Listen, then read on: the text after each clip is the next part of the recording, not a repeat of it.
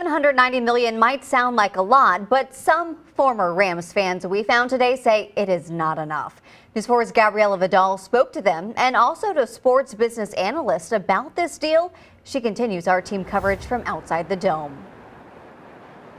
Yeah, Paige, while fans are feeling frustrated with the city's settlement, saying that this is not enough to make up for what Stan Kroenke and the NFL did to relocate the Rams to Los Angeles. One sports business expert I spoke to says he thinks the city actually got a pretty good deal in this lawsuit. Back then, it was just, that was your team, was the Rams, you know, and whether they were good or bad, we supported them. For some St. Louis residents like Biff Matichek, football has never been the same since the Rams relocated to Los Angeles in 2016. The NFL kind of broke a lot of their own bylaws and did a lot of shady things to get out of town.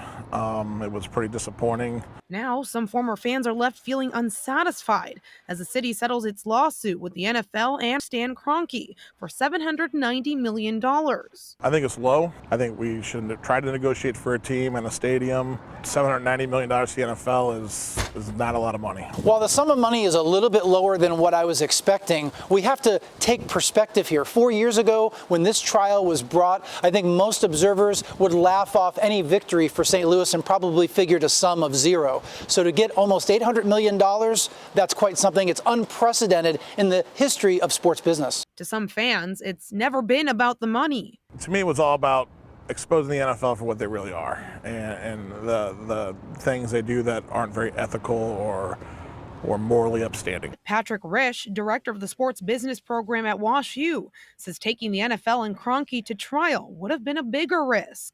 A lot of lawyers are telling me we could have lost on appeal and then you'll lose everything. So I think ultimately it was the right decision for St. Louis to settle for this amount. One surprise for Risch is that lawyers didn't negotiate in the settlement the opportunity for additional money from the league to go towards building a stadium in the future if St. Louis becomes a viable option for a franchise. So that could have added additional future monies onto the settlement.